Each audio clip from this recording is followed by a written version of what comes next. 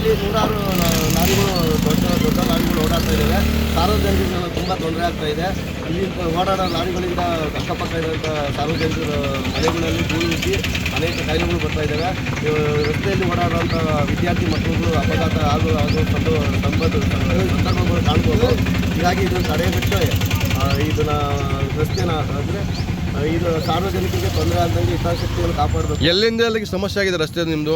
ರಸ್ತೆ ಬುಕ್ಪಟ್ಟಣದಿಂದ ಜಂಪೇಳಿ ಕೈಮಾರದವರೆಗೂ ಈ ವ್ಯಾಪ್ತಿಯಲ್ಲಿ ಯಾರ್ದು ಲಾರಿಗಳು ಓಡಾಡ್ತವೆ? ಎಷ್ಟು ಲಾರಿಗಳು ಓಡಾಡ್ತವೆ? ಲಾರಿಗಳು ಪ್ರೆಷರ್ ಲಾರಿಗಳು 4 ಲಾರಿಗಳು, ಹೆಬ್ಬಾಕ ರವಿ, ಬಾವಿಪೇಟೆ ನಾಗಣ್ಣ, ಗ್ಯಾಸ್ ಬಾಬಣ್ಣ, ಇನ್ನೂ ಯಾರು ಒಂದಷ್ಟು ಲಾರಿಗಳು ಓಡಾಡ್ಕೊಂಡು ಇದ್ದಾವೆ. ಪ್ರೆಷರ್ಗಳು ಇರೋದ್ರಿಂದ ಜಾಸ್ತಿ ಅವಳಿಗೆ ಜಾಸ್ತಿ ಆಗಿದೆ. ಇದನ್ನ ಕೂಡಲೇ ಮೇಲಧಿಕಾರಿಗಳು ಬಂದು ತನಿಖೆ ಮಾಡಿ ಪ್ರೆಷರ್ನ ಸಂಪೂರ್ಣವಾಗಿ. ಅಧಿಕಾರಿಗಳು ಯಾರು ಬರಲ್ವಾ? ಅಧಿಕಾರಿಗಳು ಯಾರು ಬರ್ತೀನಿ ಅಂತ ಹೇಳ್ತಾರೆ. ಮನವಿ ಕೊಟ್ಟಿದ್ವಿ, ಒಂದು ತಿಂಗಳು ಕೊಟ್ಟು ಮನವಿ ಕೊಟ್ಟಿದ್ವು. ಅದನ್ನ ಗಡುವು ಕೊಟ್ಟಿದ್ವು. ಅದನ್ನ ತಗೊಂಡ್ರು ಅವರು ಇದು ಕ್ರಮ ತಗೊಂಡಿಲ್ಲ. ಹಾಗಾಗಿ ನಾವು ಇವತ್ತು ಪ್ರತಿಭಟನೆ ಮಾಡೋಕ್ಕೆ ಮುಂದಾಗಿದ್ದೀವಿ. ಇನ್ನೂ ಅಕಸ್ಮಾತ್ ಇನ್ನೂ ಮುಂದೆ ಈ ಸಂಘಟನೆ ಪರವಾಗಿ ದೊಡ್ಡ ಮಟ್ಟದಲ್ಲಿ ರಾಜ್ಯಾದ್ಯಂತ ಹೋರಾಟ ಮಾಡೋಕ್ಕೆ ನಾವು ಮುಂದಾಗ್ತೀವಿ. ಭಾಗದಲ್ಲಿ ಸುಮಾರು ಈ ಪ್ರೆಷರ್ ಹಾವಳಿ ಹೆಚ್ಚಾಗ್ತಿದೆ. ಇದಕ್ಕೆ ಸಂಬಂಧಪಟ್ಟ ಇಲಾಖೆಗಳಾಗಲಿ, ಸಾರಿಗೆ ಇಲಾಖೆ ಆಗಲಿ ಎಲ್ಲ ಒಂದು ಇಲಾಖೆಯನ್ನು ಕಣ್ಮಟ್ಟಿಗೆ ಬಂದುಬಿಟ್ಟಿದೆ. ಹಾಗಾಗಿ ಸುಮ್ಮನೆ ರೈತರುಗಳಿಗೆ ತೊಂದರೆ ಆಗ್ತಿದೆ.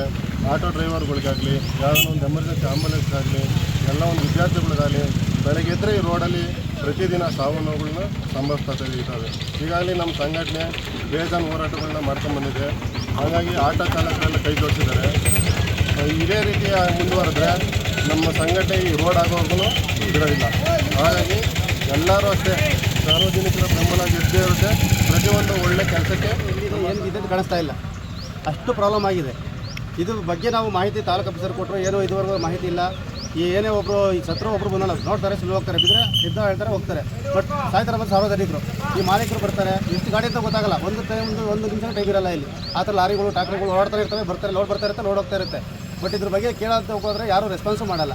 ಅದಕ್ಕೋಸ್ಕರ ನಾವು ಇವತ್ತು ಈ ಪ್ರತಿಭಟನೆ ಮಾಡ್ತಾ ಇದ್ದೀವಿ. ಹಾಗಾಗಿ ಅಧಿಕಾರಿಗಳು ಏನು ಸಂಬಂಧಪಟ್ಟ ಅಧಿಕಾರಿಗಳು ಅವ್ರವ್ರು ಬಂದು ನಮಗೆ ಇದಾಸಕ್ತಿ ಎದೇನು ಅಂತ ನಮ್ಮ ಮಾಹಿತಿ